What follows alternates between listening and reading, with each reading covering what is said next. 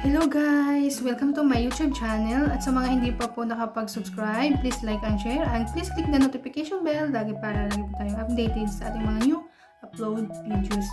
So for today's vlog, i-share ko sa inyo yung mga kadalasan po na kinakain po dito sa bansang Italy.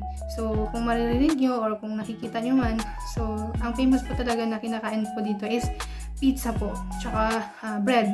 So yun lang po. Pag sa atin po naman is rice. So rice is life po sa atin. Pero nandito po tayo ngayon sa lugar ng aking amo. So always pizza po talaga or bread.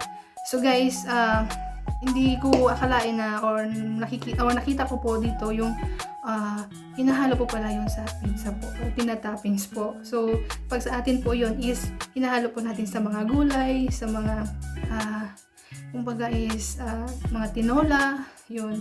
Or mas maganda po yun sa mga gulay-gulay na may sabaw po at tapos may isda.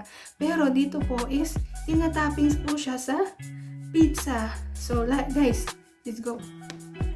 So ayan guys, kung makikita nyo, itong pizza na to is nabigla po talaga ako kasi nung unang pagbukas ko po nitong box na to is pizza po talaga. So ngayon, yung toppings po niya is, tingnan nyo guys, oh, ito po yung diba, yung bulaklak po ng kalabasa.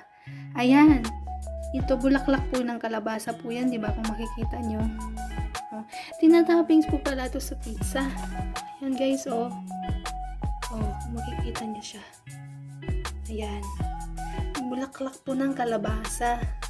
Tapos ito parang yung tuyo, hawot ba? Tuyo.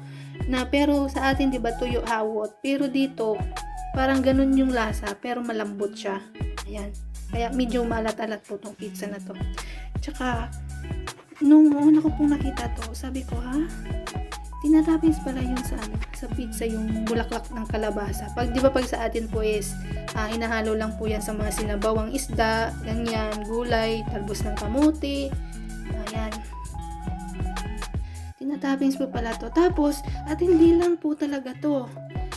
Kung matitikman or makikita nyo po, yung bulaklak po ng kalabasa is nilalagyan pa po yan ng isang harina po, yung flour. Tapos, ilalagay po, or parang ibibilog-bilog po yun. Tapos, ilalagay po yung bulaklak po ng bulaklak po ng kalabasa. May isa pang pong mino na yun po yung ginagawa po nila. Tapos, parang pinapride po. Tapos, pinapaikutan po ng harina, flour. Ayun, tapos pinapride. Tapos, pag after po no naluto, masarap po siya, as in. Ngayon lang po ako dito nakakain ng ganito. Tapos na-amaze po, ayun. Yan. Ito po yung mga pizza dito. Tsaka yung iba po, hindi ko na naipakita kasi naubos na po yun. Pero next time po, ayan, i-share ko po sa inyo kung ano po yung mga iba-ibang klase po ng pizza dito sa bansang Italy. So yun lamang